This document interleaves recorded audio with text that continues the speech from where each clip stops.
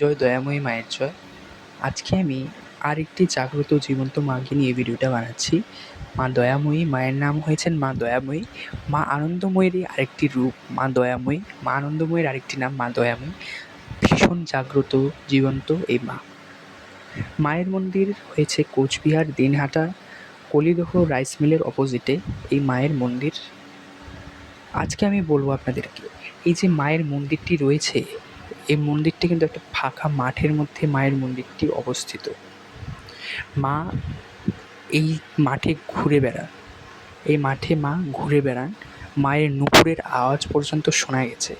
সবথেকে বড় কথা হয়েছে, এই যে মাঠটি রয়েছে না, এই মাঠটি কিন্তু ফাঁকা মাঠ, যেটা মায়ের জন্য আরও সুবিধা হয়, যেন মা আরও ঘুরতে পারে এই মাঠের মধ্যে। এই জন্য এই জায়গাতে মা খুব জাগ্রত, এবং এই মানে কি বলবো, এই যে মা জায়গাটি রয়েছে, যে জায়গায় মায়ের মন্দির, এটি কিন্তু মায়ের অত্যন্ত প্রিয় স্থান, মা দয়াময়ী অত্যন্ত প্রিয় স্থান।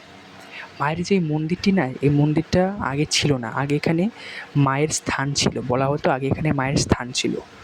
মন্দিরটি আনুমানিক ১৫০ বছর পুরনো, তবে এটি অনুমান হিসাবে ১৫০ বছর, এটা ১০০০ বছরেরও পুরনো হতে পারে। কারণ অনেক গ্রামেতে যত বয়স্ক মানুষেরা রয়েছেন, ৯৮-১০০ বছরের যারা ছিলেন, তো তারাও বলেছেন যে তারাও যখন ছোট ছিলেন, যবে থেকে ওনাদের জ্ঞান হয়েছে তবে থেকেই নাকি ওনারা এই মন্দিরটি দেখতে পাচ্ছেন। তো এটি অনেক অনেক বছর পুরনো, এবং অনেক রহস্য, যে কবে মন্দিরটি হয়েছিল, কীভাবে মায়ের মন্দিরটি হয়েছিল, সেটা কিন্তু রহস্য। তো মায়ের অনেক লীলাকথা আছে যেগুলো গুপ্ত, বলা যায় না। তো আজকে আমি আপনাদেরকে একটা লীলা কথা বলবো। তো মায়ের যে সেবক রয়েছে, সে একজন ছেলে, সে ছেলের নাম হচ্ছে ওম রায়। তো ওম রায়ের দিদার থেকেই শুরু হয় মায়ের মন্দির প্রতিষ্ঠার ঘটনা। আগে এই জায়গায়, এই মাঠের মধ্যে শুধু ঠাকুরের স্থান ছিল বলে মনে করা হতো। এখানে একটি লাল পতাকা ছিল। তো ওমের দিদা নাকি ওখানেই থাকতো, এবং ওখানে ওনার বিয়ে হয়েছে। তো ওমের দিদা তো মানে কী বলবো, ওমের দিদার উপরে মায়ের দৃষ্টি আছে, মানে মায়ের বিশেষ কৃপা রয়েছে। তো ওমের দিদা যখন বিয়ে হয়ে যাওয়ার পর ওনার বর, মানে ওমের দাদু, উনি নাকি একবার চাকরির জন্য অ্যাপ্লাই করেছিলেন, কিন্তু কিছু না কিছু কারণে ওনার চাকরিটা মানে হারিয়ে যাওয়ার অবস্থায়, চাকরিটা ক্যান্সেল হওয়ার অবস্থায়, তখন মা দয়াময়ীর কাছে ওমের দিদা গিয়ে মানত করেছিল, সেই স্থানে গিয়ে মানত করেছিল যে, মা তুমি আমার উপর কৃপা করো, যদি তুমি চাকরিটা দিয়ে দাও তাহলে আমি তোমাকে পুজো দেবো, তুমি প্লিজ কৃপা করো আমার উপর, দয়া করিয়ে আমার উপর কৃপা করো, তুমি আমার বরের চাকরিটা দিয়ে দাও।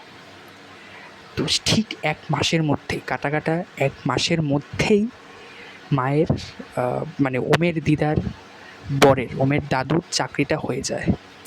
চাকরি চলছিল, কিন্তু ওমের দিদা যে মানত করেছিল মায়ের কাছে, মা দয়াময়ীর স্থানে গিয়ে, সেটা কিন্তু ভুলে গেছিল। ২ মাস ৩ মাস গেল, সেটা ভুলে গেছিল ওমের দিদা যে মানতটা ছিল। তখন ওমের দিদাকে মা স্বপ্নে দেখায় যে, তুই তো আমাকে মানত করেছিলি, কিন্তু তুই তো আমাকে পুজো দিসনি। তখন ওমের দিদা ভুলে গেছিল যে কোথায় মানত করেছিল, কোন মাকে মানত করেছিলাম, সেটা পুরোপুরিভাবে ভুলে গেছিল। এরপর ওমের দাদুর নাকি সে চাকরিটাও হারিয়ে যাওয়ার দিশা, মানে যে চাকরিটা পেয়েছিল মায়ের কৃপাতে, সেটাও পণ্ড হওয়ার পথে ছিল। তখন আবার ওমের মা মায়ের কাছে গিয়ে মানত করে যে, মা তুমি আমাকে ক্ষমা করে দাও, আর আমার ভুল হবে না। মায়ের যে তোমাকে যে আমি মানত করেছিলাম, সেটা আমি আবারও তোমার কাছে মানত করছি, মা যদি আমার বরের চাকরিটা হয়ে যায়, আমি সেই চাকরির টাকা দিয়ে তোমাকে মন্দিরটা বানিয়ে দেবো, মানে আমার বরের চাকরিটা যদি মানে থাকে, চাকরিটা যাতে পণ্ড না হয়, সেটা যেন তুমি দেখো। উনি সেটা মাকে জানিয়েছিলেন। ঠিক সেইভাবেই আবার সব ঠিক হয়ে গেল মায়ের আশীর্বাদে। এইবার ওই গ্রামে নাকি অনেকেই দেখেছিল যে ওমের দিদা মাঝরাতের বেলায়, ওমের দিদা নাকি মায়ের প্রতিমা এনে মাকে বরণ করছে। কিন্তু সেটি কিন্তু মাই ছিল, সেটি ওমের দিদা ছিল না, সেটি মাই লীলা করেছিল। গ্রামের লোকেরা দেখেছিল ওমের দিদা নাকি মাঝরাতে মায়ের প্রতিমা বরণ করছে, কিন্তু ওমের দিদা ছিল না, সেটা মাই একটা লীলা করেছিল। এবং অনেকেই দেখেছে ওমের দিদার রূপ ধরে নাকি মা হাঁটাহাঁটি করতো, মায়ের পায়ের নুপুরের আওয়াজ হতো। ওটা মাই ছিল কিন্তু ওমের দিদার রূপে ছিল। তো এরপর মায়ের কৃপাতে মায়ের মন্দির প্রতিষ্ঠিত হয়, মায়ের জাগ্রত মন্দির প্রতিষ্ঠিত হয়। তো এইভাবেই মায়ের একটা লীলা হলো, মায়ের নুপুরের আওয়াজ শুনতে পেয়েছিল। এবং ওই স্থানে যারা যারা নোংরামি করেছিল, মাছের কাঁটা ফেলেছিল, মানে নোংরা নোংরা কাজ করেছিল, তাদেরও বাড়ি ছাড়া হতে হয়েছিল। তো মা এখানে অত্যন্ত জাগ্রত, জীবন্ত। আরেকটি ঘটনা, ওমের ওম ওমদেরকে আরেকটা বাড়িতে থাকতে হয়েছিল। ওম এখানে থাকে, আরেকটা বাড়িতে ওম থাকে, ওরা থাকে। এই মন্দিরটা হয়েছে ওদের গ্রামে, মা দয়াময়ের মন্দিরটা ওদের গ্রামে, তো ওরা থাকতো আরেকটা জায়গায়। তো ওদের ওদের ঘরেও কিন্তু মা এসেছিল।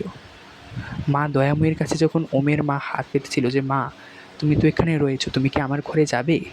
তখনই মা কিন্তু সে মা দয়াময়ীর প্রতিমায় যে ফুলটা ছিল না, লাল ফুলটা, সেটা মা ফেলেছিল। তো সেই ফুল দিয়েই মা ওমের সেই বাড়িতে গেল, মন্দির থেকে বাড়িতে গেল।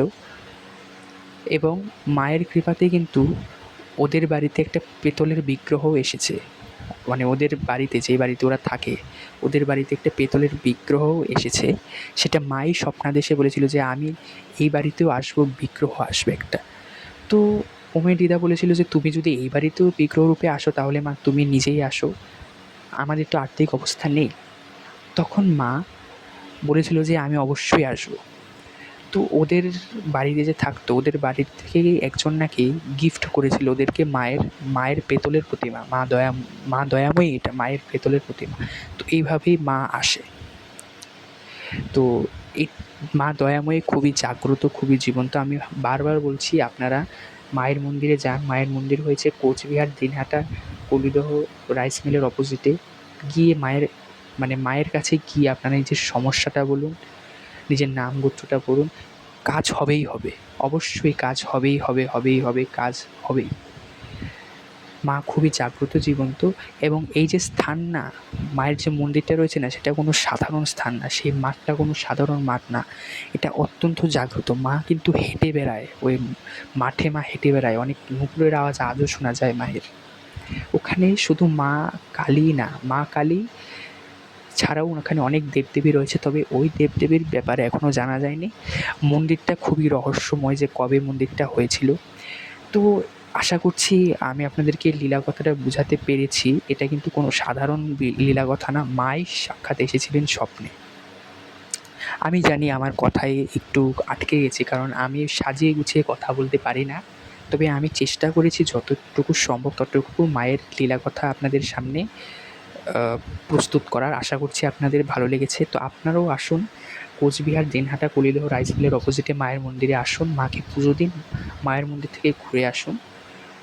মাকে নিজের সমস্যাটা বলুন এবং দুহাত তুলে বলুন, জয় মা দয়াময়ী মায়ের জয়, জয় মা দয়াময়ী মায়ের জয়, জয় মা দয়াময়ী মায়ের জয়। মা দয়াময়ী সর্বদা তার ভক্তদের উপর দয়া দেখান, তিনি সর্বদা সবার মঙ্গল করেন, সবাইকে উনি আগলে রাখেন মা। তো মা দয়াময়ীর আশীর্বাদে আপনারা ভালো থাকবেন, সুস্থ থাকবেন। এবং মায়ের মন্দিরে যদি আপনাদের সুবিধা হয়, আপনারা অবশ্যই মায়ের মন্দিরে যাবেন। ধন্যবাদ।